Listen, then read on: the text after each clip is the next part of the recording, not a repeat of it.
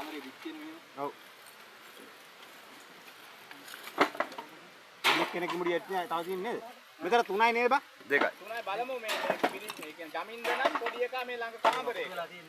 කොල්ලා නම් චමින්දත් මෙතන. චමින්ද තමයි මේ කොල්ල ලොකු කෙනෙක් ඉන්නේ කවුරුද? ලොකු එක්කෙනෙක් වගේ. ලොකු කෙනෙක් ඉන්නේ. උඩුවත් මේ තියෙන්නේ. ඈ? බත්ත තියෙන්නේ නේ. කරම පොරොන නිදාන් දිලා තියෙන්නේ. බත්ත තියෙන්නේ. නෙට් එක තාම තියෙන්නේ. ඔව් නෙට් එක හරිනේ. පොඩි එක මං කිව්වේ නෙට් එක යට හිටියේ. ඔව්. මම නිගත්තේ ආයේ. මේ මෙතනමයි තිබ්බේ මේ. ඔව් ඔය මෙට්ටේ උඩ. ඒ ළඟ කොල්ල වෙනම ඇත්තේ බං එමන. ඔය බයිසිකලේ මූණ තිබ්බේ කෙල්ලගේ ඇඟ උඩ.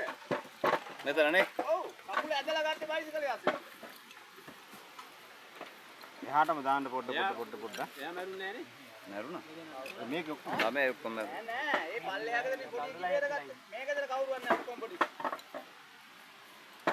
මේ අර සුදු අක්කනේ එකලා ගෙදර නේද? ඔව් ඔව්. අර පොඩි කෙනෙක් ඉස්කෝලේ හැම ඔව් ඔව්.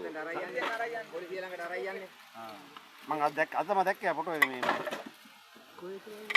අර සන්ලයිට් එක වැඩ කරන්නේ? ඔව් රෙපාගේ. රෙපා තමයි ඔය ඇත්තේ. ඔව්. අර කැලේ ටිකක් අයින් කරලා උඩ